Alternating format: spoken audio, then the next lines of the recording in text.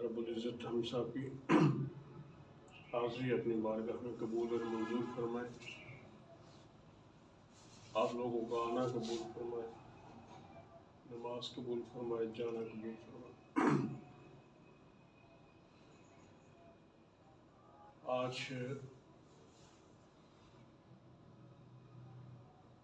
چند باتیں آپ کی گوش گزار کروں گا، اللہ رب العزت قبول فرمائے، حق پر ہی رہنے کی توفیق عطا فرمائے۔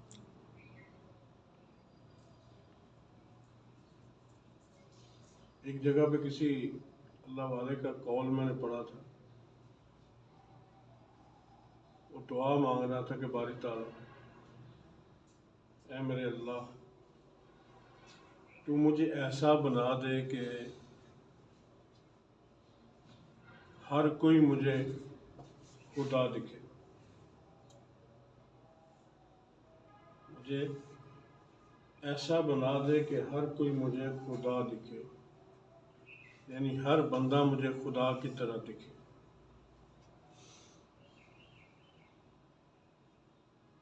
میں اکثر کہا کرتا ہوں کہ تنقید کرنی بڑی آسان ہوتی ہے، تنقید کرنے میں آپ کے معاون بھی بہت سے اب آپ آرام سے شامل ہو جائیں گے، تنقید کے ساتھی بے شمار آپ کو مل جائیں گے، لیکن حق کے ساتھی آپ کو کم ہی ملیں گے۔ اگر کوئی آپ سچی بات کسی کے سامنے کرتے ہیں یا کوئی سچی بات آپ کسی کو بتاتے ہیں تو اس کو ماننے والے بھی کم لوگ ہی ہوں گے۔ تنقید کا سہارا بہت لوگ لیتے ہیں۔ جب یہ کسی اللہ والا نے یہ تحریر لکھی تو اس وقت بھی ان کی اس کے اوپر بہت تنقید ہوئی، لوگوں نے بہت کچھ کہا ان کے اوپر۔ آج بھی لوگ ان لوگوں کے اقوال پر بہت کچھ کہتے ہیں، خاص طور پر صوفیہ کرام کے اقوال پر تو لوگ بڑے بڑے دور تک باتیں لے جاتے ہیں، لیکن ہر بات کے پیچھے ایک ہی قانون ہوتا ہے، اور وہ قانون انما الاعمال بالنیات، کہ ہر آپ کے عمل کا دار و مدار آپ کی نیت پر موقوف ہے۔ بخاری شریف کی یہ حدیث ہے، سارے لوگ سناتے ہیں، پڑھتے ہیں، لیکن وہ صرف پڑھنے کی حد تک ہی ہوتا ہے۔ اگر اسی حدیث کو سمجھ لیں تو میرے خیال سے آدھے سے زائد تنقید یہیں پر ختم ہو جاتی ہے۔ فتوی بازیاں آدھے سے زائد یہیں پر ختم ہو جاتی ہیں۔ ایک دوسرے کے اوپر تانا زنی جو کرتے ہیں ہم، کسی کو کوئی مشرک کہہ رہا ہوتا ہے، کسی کو کوئی گستاخ کہہ رہا ہوتا ہے، یہ یہیں پر ختم ہو جاتی ہے۔ جو آپ کی نیت میں ہوگا آپ کو وہی ملے گا، عمل تو بعد کی بات ہے۔ مگر ایک حدیث کا مفہوم یوں ہے کہ اللہ رب العزت قیامت کے روز آپ کو آپ کے اعمال کے ساتھ آپ کی نیتوں کا ثواب الگ سے عطا فرمائے گا۔ آپ کی نیتوں کا ثواب، مطلب آپ نے کوئی نیت کی، نیت کیا کی؟ میں جی نماز پڑھوں گی، آپ نے نہیں پڑھی۔ نماز نہ پڑھنے کا گناہ آپ پر ہے، لیکن وہ جو نیت کی تھی نا میں نماز پڑھوں گا، اس کا ثواب آپ کو مل جائے گا، یعنی نیتوں کا بھی ثواب ملتا ہے۔ اس لیے اکثر صوفیہ کہتے ہیں کہ آپ اچھی اچھی نیتیں کرو، بار بار کرو، اور اس نیت سے کرو کہ میں اس پہ عمل بھی کروں گا۔ اب آگے عمل ہونا نہ ہونا وہ اگلی بات ہے، لیکن آپ اپنی نیتوں میں کون سا کسی کا مول لگتا ہے؟ کوئی خرچہ، کہیں جانا نہیں پڑتا، آپ نے اندر بیٹھے بیٹھے نیت کرنی ہے، اور جب آپ اچھی نیتیں کرنے کی عادت بنا لیں گے تو پھر آپ سے اچھے اعمال بھی آہستہ آہستہ ہونے شروع ہو جائیں گے۔ لیکن جب آپ نیت ہی نہیں اچھے عمل کی کرو گے تو پھر عمل تو پھر بعد کی بات ہے، نیت تو پہلے آتی۔ تو حدیث کے الفاظ انما الاعمال بالنیات کہ آپ کے ہر عمل کا دار و مدار آپ کی نیت پر موقوف ہے۔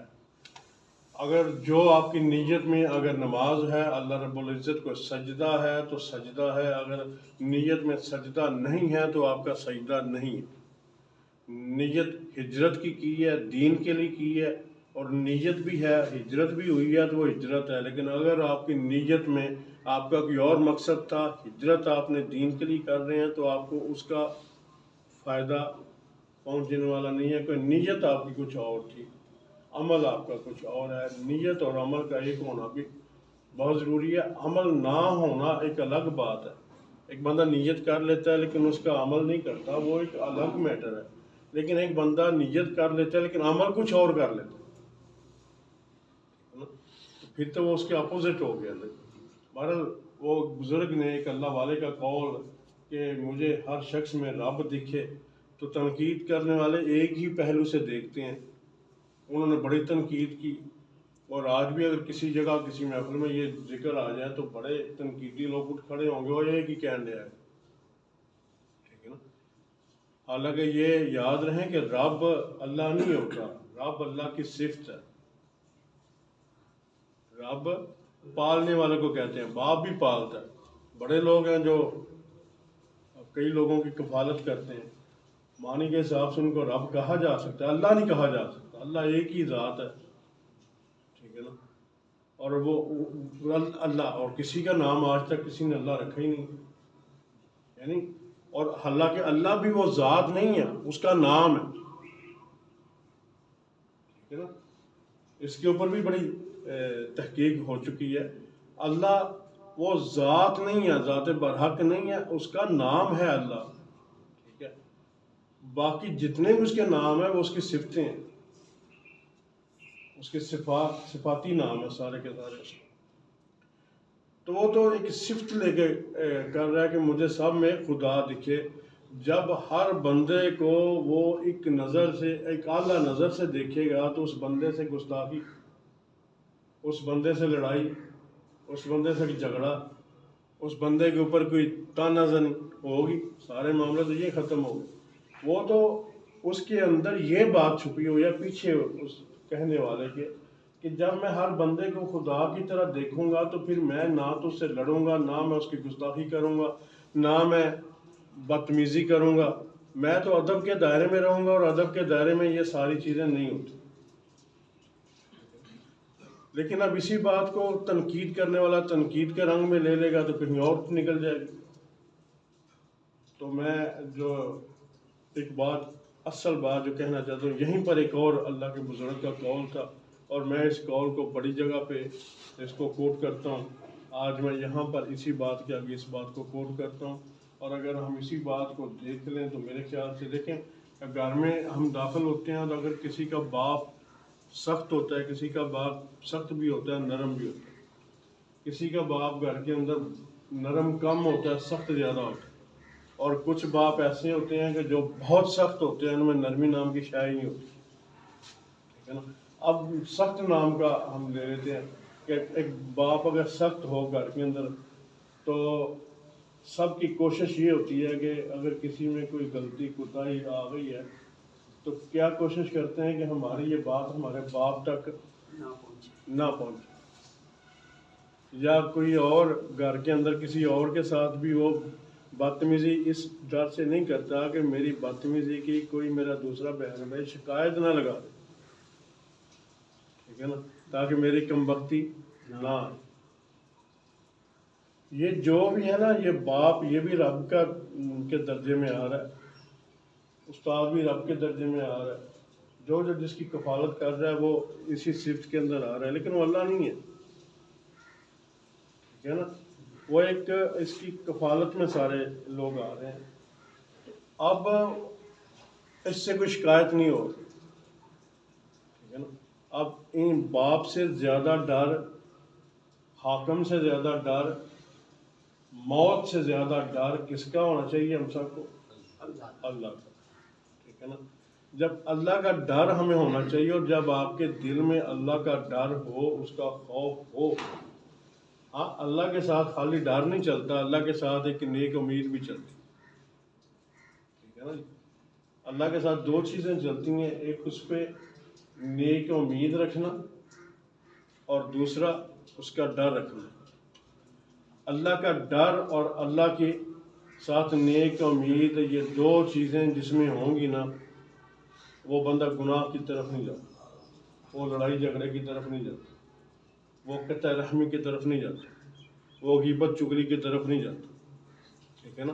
جس کے ساتھ یہ دو چیزیں ہوں گی، خالی ڈر بھی نہیں چاہیے۔ اور یہی دو چیزیں رب جہاں سے جس بچے کی کفالت کروا رہا ہوتا ہے نا، اس کے اوپر جس کو درجہ رب پر رکھ رہا ہوتا ہے، جو اس کو پال رہا ہوتا ہے، چاہے اس کا باپ ہو، چاہے کوئی اس کا کفیل ہو، چاہے کوئی اس کا استاد ہو، وہاں پر یہ بھی یہی دو چیزیں آتی ہیں، ایک اس کا احترام، ایک اس کا ڈر۔ اور احترام کے زمرے میں ہی آتا ہے، احترام کے زمرے میں وہ آتا ہے اس کا جس کو کہتے ہیں کہ رحم کی، اس کی نیک امید بھی اس پہ وابستہ کرنا، رکھنا اس کے ساتھ۔ یہ دو چیزیں ساتھ ساتھ چلتی ہیں اور ساتھ ساتھ یہ رہتی ہیں، ان دونوں میں سے ایک بھی نکال دو تو نظام گڑبڑ ہو جاتی ہے۔ باپ اگر بہت سخت ہو تو تب بھی گھر کا نظام بگڑ جاتا ہے، باپ اگر بہت نرم ہو تب بھی گھر کا نظام بگڑ جاتا ہے، ٹھیک ہے نا؟ اس لیے سختی اور نرمی دونوں ساتھ ساتھ، جہاں سختی کی ضرورت ہے سختی، جہاں نرمی کی ضرورت ہے نرمی۔ اب وہ بندہ دعا کرتا ہے کہ مجھے ہر بندہ خدا دکھے، اللہ کا نیک بندہ ہے، بلکہ ولایت کے درجے تک پہنچا ہوا ہے، اور وہ یہ دعا کر رہا ہے کہ مولا مجھے ایسا بنا دے کہ ہر بندے کو میں خدا سمجھے، یا ہر بندے میں مجھے خدا دکھے۔ اس کا مطلب کیا ہے؟ اس کا مطلب یہ ہے کہ میں ہر بندے کو اپنے سے اعلیٰ سمجھوں۔ عاجزی بھی یہی سکھاتی ہے۔ اللہ کے برگزیدہ ولی، ہم ان کی قدموں کی خاک کے ہزار حصے کر دے تو ہزارواں حصہ بھی ہم اس کے برابر نہیں بنتے، لیکن جب ان سے جو سیکھا جائے یا ان سے دیکھا جائے یا ان کو پرکھا جائے تو پتہ چلتا ہے کہ وہ تو ایک عام بندے سے بھی نیچے بیٹھے ہوتے ہیں کہ نہیں یار تو میں تو اعلیٰ ہے۔ کیونکہ جب تک بندے کو اپنے سے اعلیٰ نہ کیا جائے تب تک نظام عاجزی قائم ہی نہیں ہوتا، ٹھیک ہے نا؟ یہ دعاؤں میں ہم مانگتے ہیں نا مولا مولا ہم عاجز بندے، یہ عاجزی نہیں چاہیے اس کو، یہ دعاؤں والی عاجزی۔ ہم سارے کام دعاؤں میں لے رہے ہوتے، ہاتھ اٹھایا باہر پوری کینچی چلا کے آنڈا ہے، غریباں دا حق مار کے آنڈا ہے، کھا کے اندر آ میرے مالک تو میں بڑا عجب بندہ ہوں، میں بڑا گنہگار بندہ ہوں، میرے پہ رحم کر۔ ہاتھ بھی یوں کھول کھول کے مانگ رہے ہوتے ہیں، اور بعض یوں منہ پر دیکھ رہے کے مانگ رہے ہوتے ہیں۔ اور یہ دعا نہیں اس کو چاہیے، اس کو ساتھ آپ کا عمل بھی چاہیے، ٹھیک ہے نا؟ ہمارے دعاؤں کی نامقبولیت کی وجہ بھی یہ ہے کہ ہم عمل اور دعا کو الگ کر دیا ہوا ہے، ہمارا عمل کچھ اور ہے، ہماری دعا کچھ اور۔ اس سے رحم مانگ رہے ہوتے ہیں اور رحم ہم کسی پہ کر نہیں رہے ہوتے، اس سے ہم سارا کچھ مانگ رہے ہوتے ہیں اور نیچے سارا کچھ اس کا اپوزٹ کر رہے ہوتے ہیں۔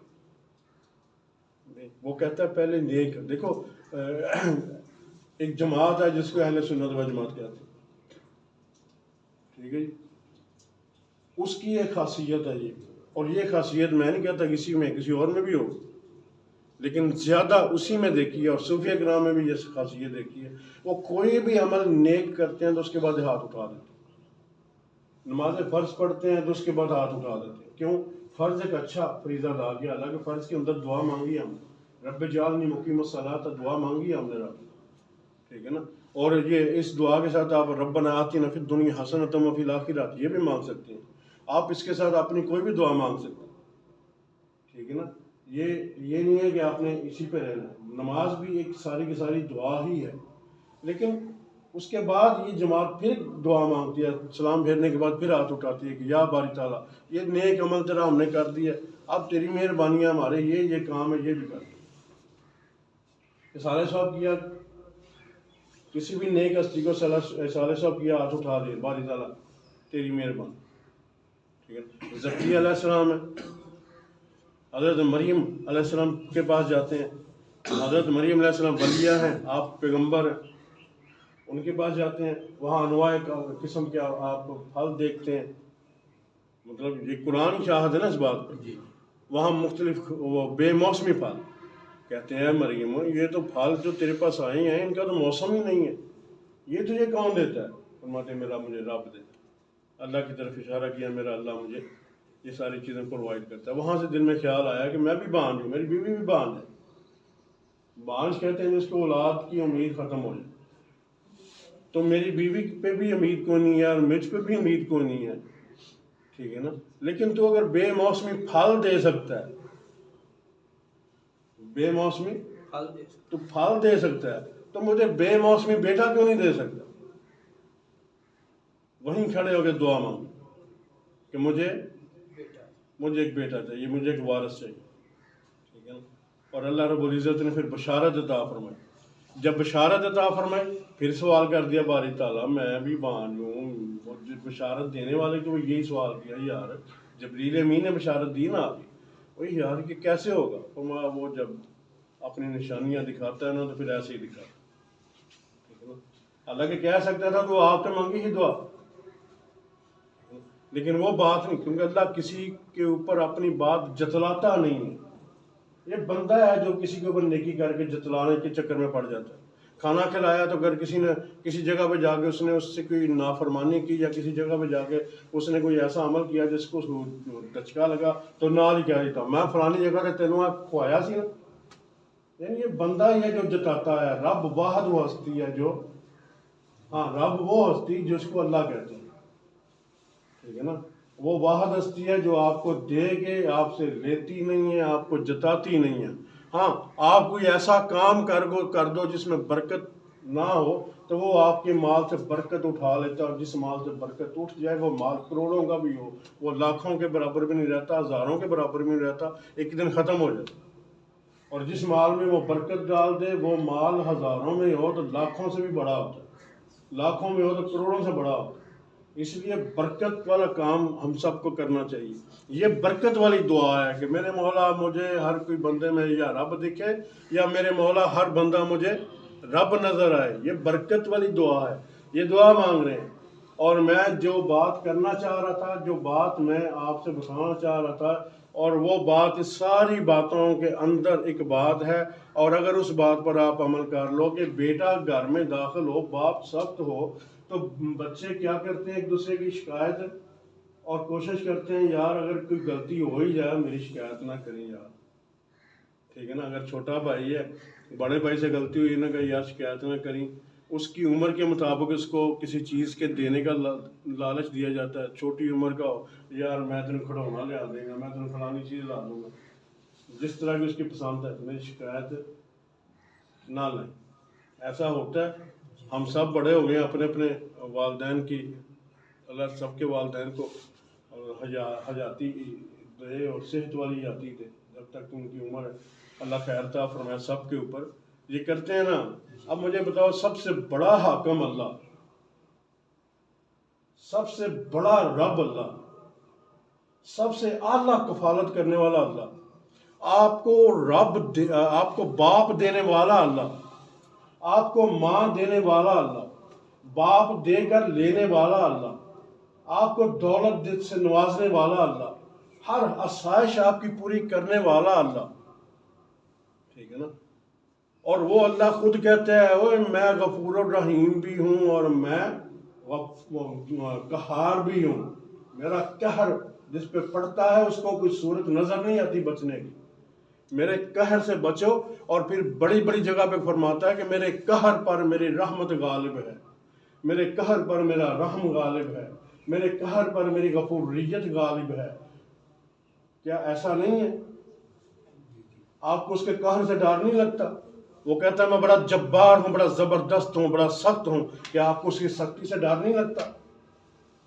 بتاؤ نا. اگر ڈر لگتا ہے تو پھر یہ جو دعا مانگ رہا ہے, اگر اس سے آپ کو ڈر لگتا ہے, آج اگر سب کو ڈر لگتا ہے, اور یہ ڈر ضروری نہیں ہے کہ زبان پر ہو, ہاتھ اٹھا کے باری تعالیٰ تیرے سے ڈرتے ہیں, یہ کر دے وہ کر, نہ نہ نہ, یہ میں بار بار کہا کرتا ہوں, یہ ڈر نہیں چاہیے اس کو.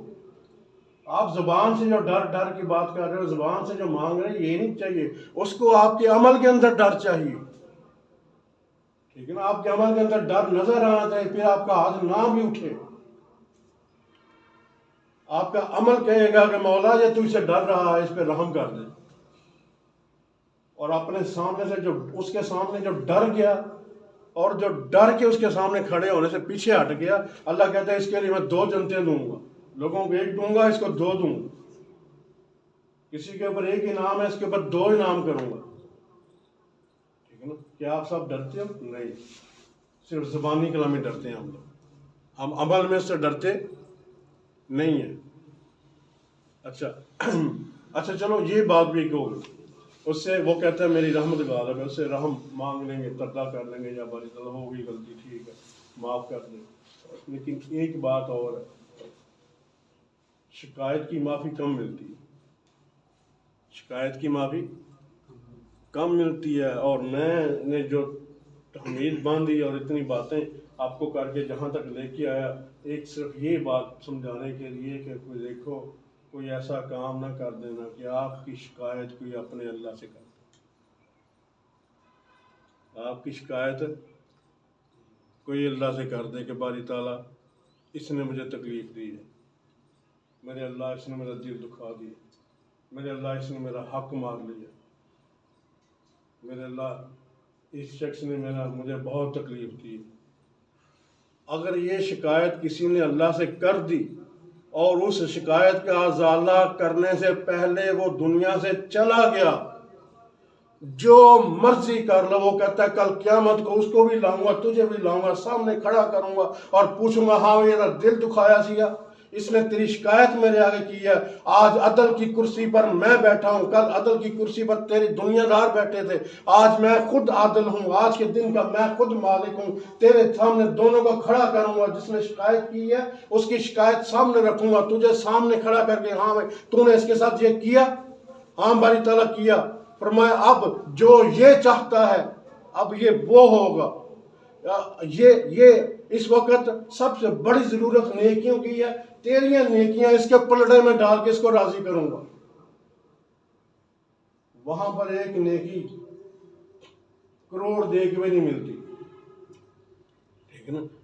آپ مجھے بتاؤ، آپ اپنے عمل کی تو معافی مانگ لو گے اللہ سے، چلو اللہ آپ کو معاف بھی کر دے گا، لیکن یہ جو میرے اللہ نے یہ قانون دیا ہے نا، آقا علیہ السلام کی زبان سے ہم تک پہنچا ہے نا جی، تو یہ بتاؤ اگر آپ کی شکایت کسی نے کر دی تو پھر آپ کیا کرو گے؟ اس کا کوئی ہے آپ کے پاس حل؟ اگر ہے تو جاؤ جا کے لوگوں کو تنگ کرو، جا کے شکایتیں اکٹھی کر لو جتنی مرضی، اگر نہیں ہے حال تو خدا کا واسطہ یہ میں آپ سب کو ہاتھ جوڑ کے کہتا ہوں ایسا کام نہ کرو کہ آپ کی شکایت اللہ کے آگے کوئی کر، ٹھیک ہے نا؟ وہاں جا کے شکایت اور زیادہ، اگر یہاں دنیا نے کسی نے شکایت کر دی تو ہو سکتا ہے وہ آپ کو دنیا کے اندر ہی آپ کی آسائشیں چھین لے، ٹھیک ہے نا؟ دنیا کے اندر ہی آپ کو آسانیاں چھین لے، آپ آسانی نکل گئی تو پیچھے کیا بچا؟ پیچھے کیا بچا بتاؤ نا؟ پیچھے تنگی بچی۔ اور یاد رکھو دنیا کے اندر، کائنات کے اندر رب کا ایک نظام چلتا ہے، یہ دن کا اجالا ہے نا جو ہم اس دن میں ایک دوسرے کو دیکھ رہے ہیں، یہ دن کا اجالا ایکچولی یہ رات ہی ہے، دن ہے ہی نہیں۔ سورج آپ کی روشنی وہ کھینچ لیتا ہے تو اندھیرا ہو جاتا ہے،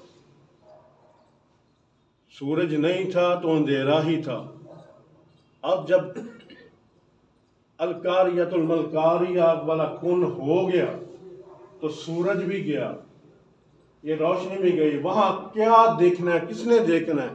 جو آپ سے ساتھ ہو رہا ہے وہی دیکھے گا جس کو وہ دکھلائے گا، وہی دیکھے گا جس کو وہ دکھلائے گا، یہ باطن کی آنکھ دکھلائے گی، باطن کی آنکھ بھی وہاں پر آپ کے اختیار میں نہیں ہے، اس کے اختیار میں ہے۔ تو خدا کا واسطہ ہے ایسا کام مت کرو جس سے کوئی آپ کی شکایت کر دے، اور اس کام کے لیے اگر آپ کو کوئی ناحق آپ کو تنگ کر جاتا ہے تو کوئی بات نہیں، 2 کام ہیں بڑے اہم، ایک تو کوئی شکایت سے ڈرو کوئی آپ کی شکایت نہ کر دے، اور دوسرا آپ کو کوئی تنگ کر دے تو آپ اسی ٹائم رات کو سونے سے پہلے معاف کر دو۔ نہ زندگی میں کبھی ڈپریشن ہوگا، ہاتھ منہ پہ پھیر کے کہہ رہا ہوں، نہ کبھی آپ کو ٹینشن آئے گی، نہ کبھی آپ ڈپریشن میں جاؤ گے، نہ آپ نیند کی گولی کھاؤ گے، چاہے آپ کو بلڈ پریشر ہی کیوں نہ ہو، بھرپور نیند کر کے آپ سو گے، بھرپور نیند کر کے اٹھو گے، صرف ایک چھوٹا سا عمل کرنا۔ اور سکون بھی آپ کو ایسا کمال کا ملے گا، کسی دوائی میں وہ سکون نہیں ملے گا۔ وہ جو کہتے ہیں نا کہ میرے ذکر کے اندر سکون ہے، یہ جو آپ کا عمل ہے یہ بھی اس کا ذکر ہے، اور بڑا اعلیٰ ذکر ہے، کر کے تو دیکھو، ٹھیک ہے نا؟ یہ ذکر کر کے دیکھو، اور میری باتیں اگر آپ کو اچھی لگی ہوں تو خدا کا واسطہ ہے یہ باہر جا کے نا کہ یہ بڑا مزہ آیا، یہ لفظ سن کے نا میں تھک گیا ہوں، بلکہ ان باتوں کے اوپر عمل کیجیے، ٹھیک ہے نا؟ شکایت نہ لگے آپ کی اللہ کی بارگاہ میں، ٹھیک ہے نا؟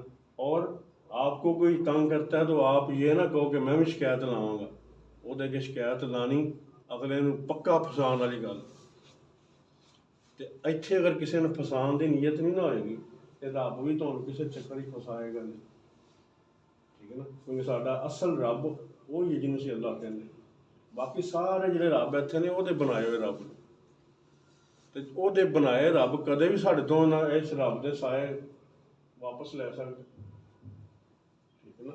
لہذا اپنی نظر اصل سائے دے رکھو، پھر وہ جڑے سائے انہیں بنائے نے نا پھر وہ بھی تہاڈے تے مہربان کر چھڈے گا۔ آخر دعوانا ان الحمدللہ رب العالمین۔